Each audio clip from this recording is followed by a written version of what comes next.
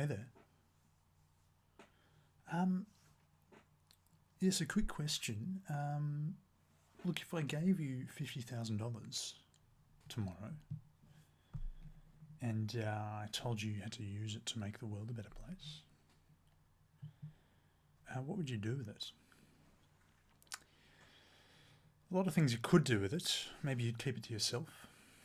Some people think that the highest moral good we can do is our own happiness, focusing on our own happiness and stuff everyone else. That's probably not true, right? Would you take that $50,000 and climb a tall skyscraper and throw it down and let it rain down on the city and improve the day of everyone who finds a $100 note on the ground? Maybe those people aren't most in need of the money. Maybe you'd wrap that money up in a brown paper bag, give it to a homeless man down the street, let them turn their life around. Maybe that would work. Maybe you'd give to a charity.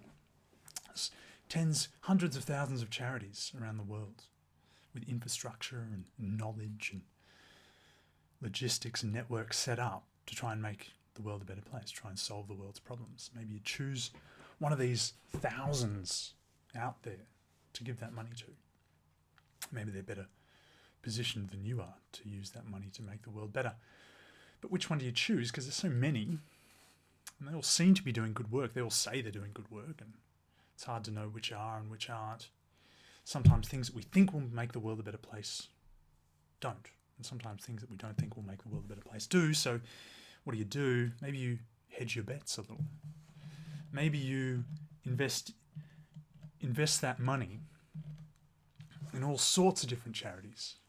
You give it to all sorts of different organisations, each making the world better in a different way. Maybe you even give a little more to the ones that you think are based on stronger evidence, or maybe that are working in developing countries rather than developed countries, because often in developing countries there's lower hanging fruit.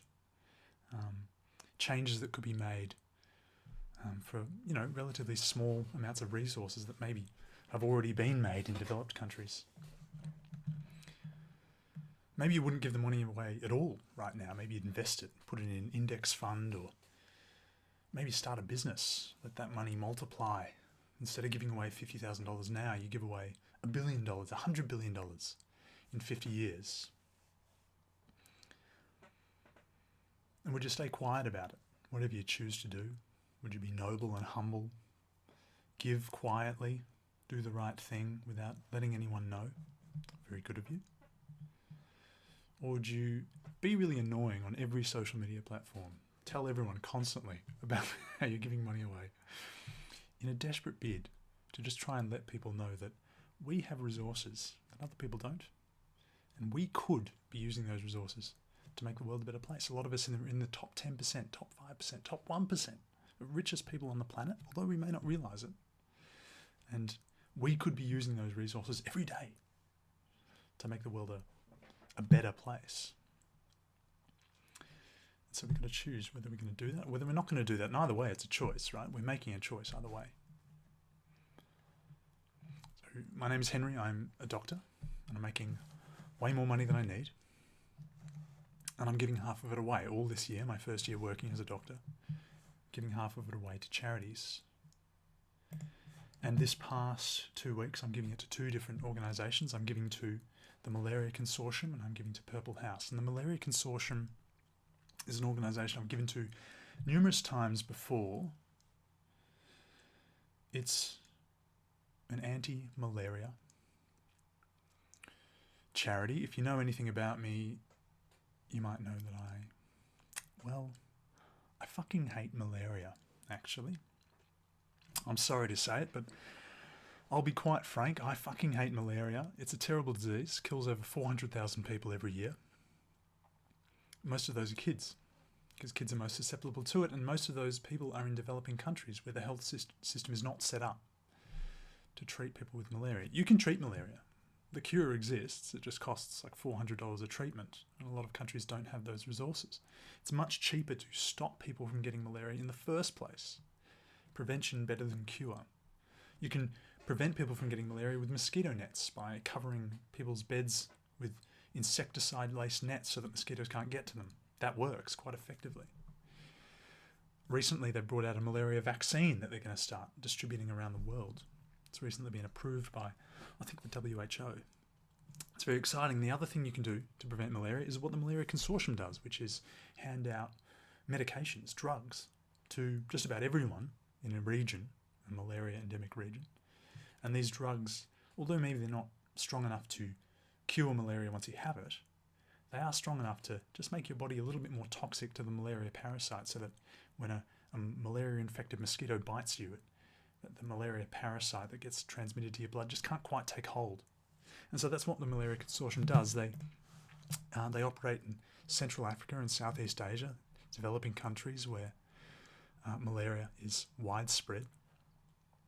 And they hand out these chemoprophylaxis agents, these drugs, to everyone, regardless of anything. And what those drugs do is they stop people from getting malaria. Not everyone that you treat with these drugs would have got malaria, and not everyone that you treat that would have got malaria would have died from malaria or would have suffered serious consequences. But because it's so cheap to do this, it costs about $7 a treatment to do this for people, you are, not only preventing people from getting malaria, so that's a lot of disease burden that you're preventing, but you are preventing human deaths on a scale of a few $1,000s each. Now, putting a price on a human life is something that's very tricky, maybe completely immoral to do. How do you put a price on a human life? How can you make that calculation? But you can be pretty sure, right, that it's probably more than a few $1,000s. I think it would be fair to say. And so if you're saving lives for a few $1,000s, frankly, you're getting a bit of a bargain, I think I would say. And so I always feel very confident giving to the Against Malaria Foundation or the Malaria Consortium. And it's both of those organisations are highly recommended by GiveWell, which is a charity evaluator I really respect. It's run by these ex-hedge fund managers who, using cold calculating logic, provide a list of some of the most cost-effective, beneficial charities in all the world. And most of these are charities that the average person hasn't heard of unless they've looked this kind of thing up, because they don't spend money on fundraising that otherwise might raise awareness of them. Very pleased to be giving them another $1,500. I think this will make the world better in a way that keeping this money for myself would absolutely not. And the other organisation I'm giving to is Purple House, and this is an Australian organisation. And again, it's one that I actually haven't heard about a lot, other than through med school and other than through, a friend mentioned it to me recently, gave a glowing review of a time they'd gone to one of these clinics. What they do, Purple House, is they run these clinics called the Purple House, maybe that was the name of the first one, and they're dialysis clinics. Now what dialysis is it's basically a replacement for kidneys. So when you get end-stage kidney failure, your kidneys are no longer able to filter poison out of your blood. The human body's constantly trying to poison human blood with metabolites and acid and ammonia and all this shit. And if your kidneys aren't there to filter it out and excrete it in urine, then what ends up happening is your blood becomes poison.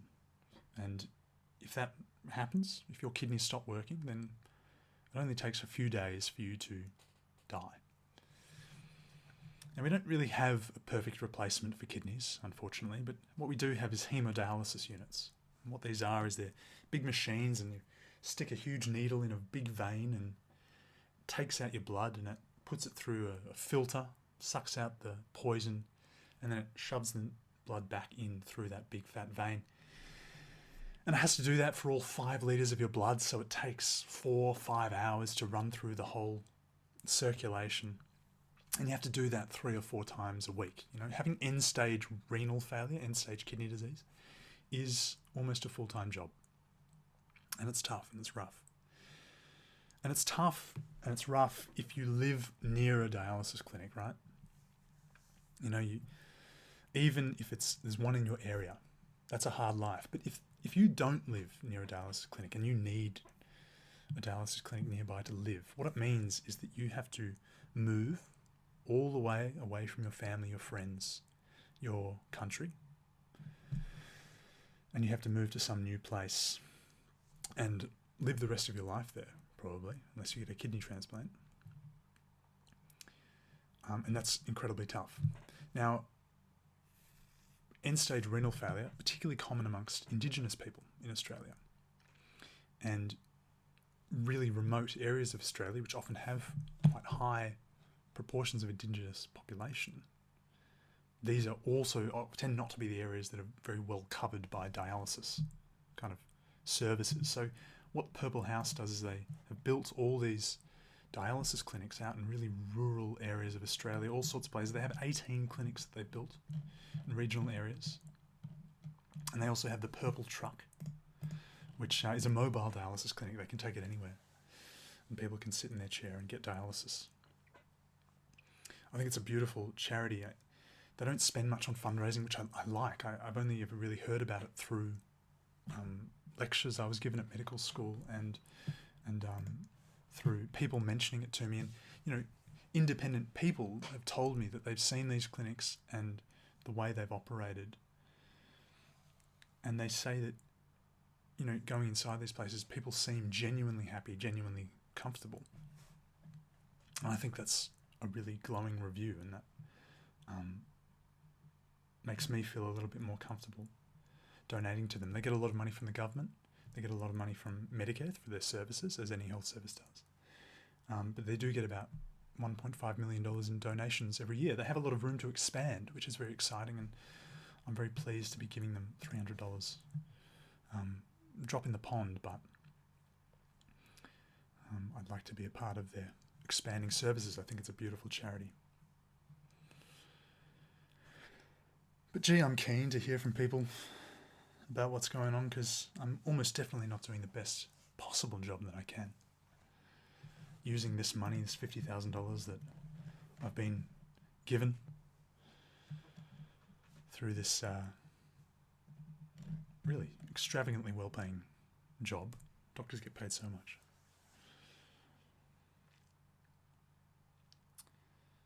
What could I be doing with it? What else could I be doing? Are there opinions I've missed that I haven't heard? Is